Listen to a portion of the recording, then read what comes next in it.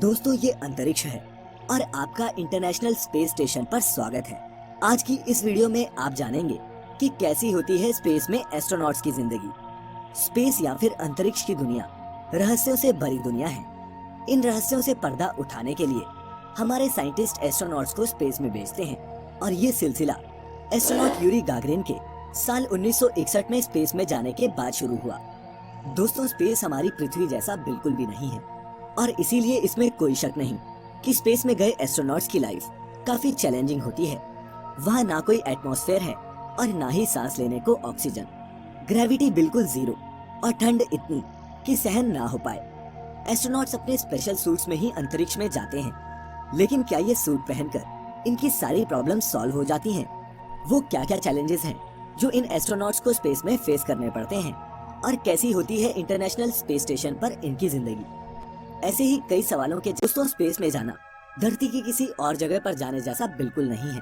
ये एक बिल्कुल ही अलग अनुभव होता है। इस दौरान एस्ट्रोनॉट्स कई फिजिकल और मेंटल चेंजेस से गुजरते हैं, जिसकी ट्रेनिंग वो कई महीने या फिर सालों करते हैं। स्पेस में जाने वाले इन एस्ट्रोनॉट्स का ठिकाना बनता है international space station. International space station पृथ्वी को 400 किलोमीटर की दूरी से परिक्रमा करने वाली एक एडवांस लेबोरेटरी है, जिसे अमेरिका, रूस सहित 16 देशों ने मिलकर 120 बिलियन डॉलर की लागत से बनाया है। पृथ्वी से जाने वाला कोई भी विमान ISS से जाकर मिल सकता है। एस्ट्रोनॉट्स या तो अपने शिप में या फिर इस स्पेस स्टेशन में रहकर ही स्पेस का अध्ययन करते हैं। पहले जानते हैं कि स्पेस में इन एस्ट्रोनॉट्स का काम होता क्या है। जाने तो सही कि वो क्या क्या ड्यूटीज हैं जो उन्हें स्पेस में परफॉर्म करनी होती हैं। तो दोस्तों, ISS पर रह रहे वैज्ञानिकों के ये 5 काम डेली रूटीन का हिस्सा होते हैं।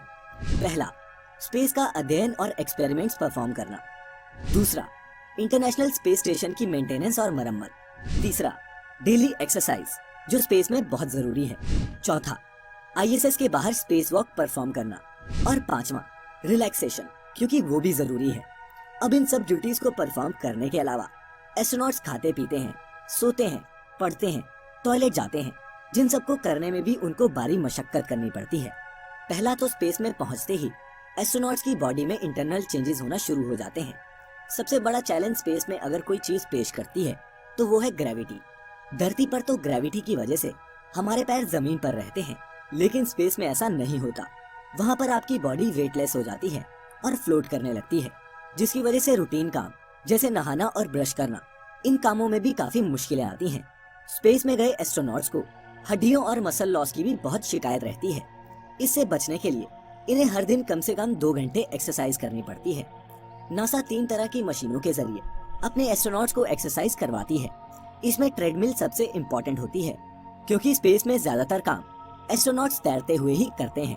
ट्रेडमिल पर चलने से एस्ट्रोनॉट्स की टांगों की हड्डियां और मसल्स हेल्दी रहते हैं। पृथ्वी पर हम सभी के लिए एक दिन 24 घंटे का होता है और स्पेस में गए एस्ट्रोनॉट्स भी पृथ्वी की ही तरह 24 घंटे का टाइम फॉलो करते हैं। लेकिन स्पेस स्टेशन की घूमने की तेज रफ्तार की वजह से इन 24 घंटों में ये 16 बार सूर्य को देखते हैं। स्पेस में जाने वाले एस्ट्रोनॉट्स अधिकतर ओमेगा कंपनी की स्पीड मास्टर प्रोफेशनल नाम की रिस्ट वॉच का ही इस्तेमाल करते हैं। एस्ट्रोनॉट्स को ये घड़ी पृथ्वी के टाइम के हिसाब से सुबह उठने में मदद करती है। सुबह उठने के बाद ये एस्ट्रोनॉट्स पृथ्वी जैसी रूटीन ही फॉलो करते हैं, लेकिन इनका इन कामों को करने का तरीका पृथ्वी से बेहद ही अलग होता है। शुरुआत करते हैं टूथब्रश से। एस्ट्रोनॉट्स के पास एक ग्रूमिंग किट होती है, जिसमें टूथब्रश और टूथपेस्ट जैसी सभी जरूरी चीजें होती हैं। ब्रश करने के लिए सबसे पहले पेस्ट को ब्रश पर लगाना होता है, और चूंकि वहाँ सारी चीजें तैरती रहती हैं, टूथपेस्ट उनके मुंह से बाहर ना निकले, इसके लिए उन्हें अपने मुंह को ज्यादा से ज्यादा बंद रखकर ही ब्रश करना पड़ता है। एस्ट्रोनॉट्स जो टूथपेस्ट करते हैं उसे निगला भी जा सकता है। फिर ब्रश करने के बाद अपने मुंह को साफ करने के लिए वो वाटर किट और वेट वाइप्स का इस्तेमाल करते हैं। अब बात करते हैं टॉयलेट की। बिना ग्रेविटी वाली जगह में टॉयलेट का इस्तेमाल भी अलग तरीके से होता है। सिंपल भाषा में कहें तो यूरिन के लिए बाथरूम में एक पाइप लगी होती है और नंबर 2 के लिए बाथरूम में एक बहुत ही छोटी सी सीट होती है, जिसमें एक सक्शन ट्यूब फिटेड होता है।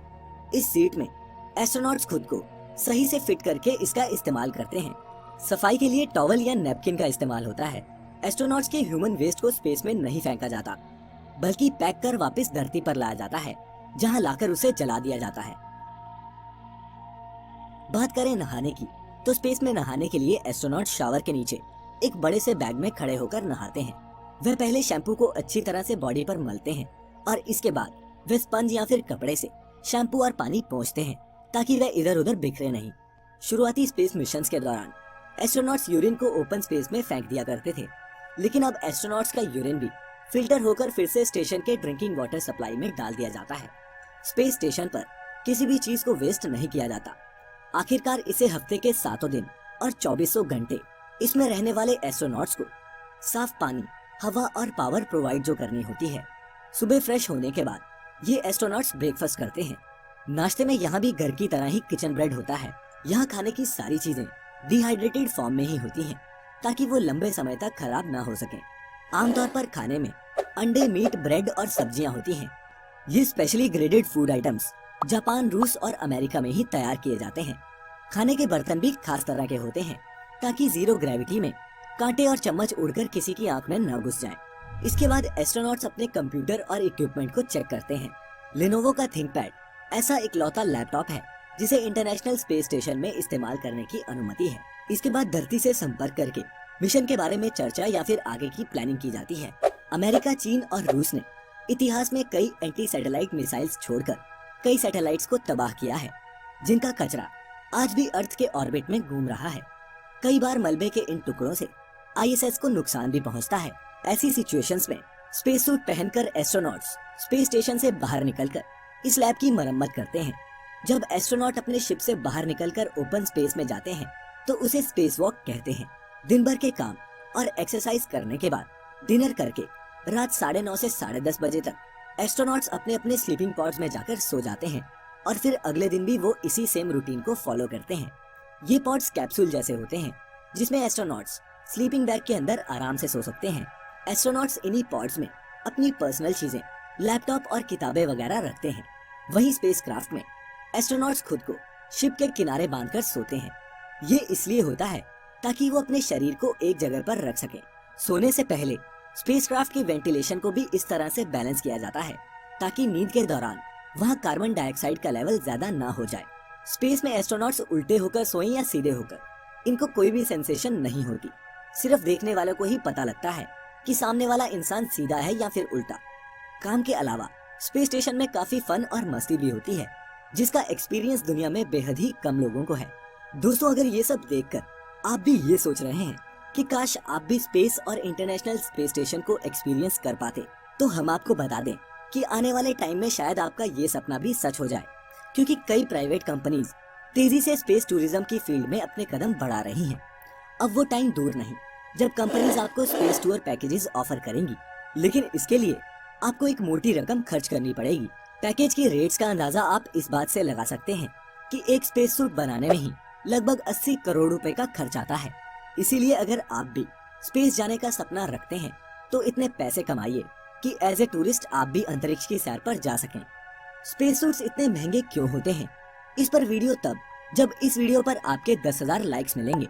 तो इस वीडियो को थम्स अप देना ना भूलें। और अगर आपको ऐसी और भी इंटरेस्टिंग वीडियोस देखना पसंद है तो हमारे चैनल को अभी सब्सक्राइब करें और नोटिफिकेशंस उस बेल आइकन पर क्लिक करके ऑन कर लें, ताकि आपसे हमारी कोई भी वीडियो मिस ना हो पाए। और सबसे अच्छी बात तो ये है दोस्तों कि ये बिल्कुल मुफ्त है। मिलेंगे आपसे फिर एक नई वीडियो के साथ। फिलहाल आज के लिए इतना ही। अब हमें इजाजत दें। आपका बहुत बहुत शुक्रिया।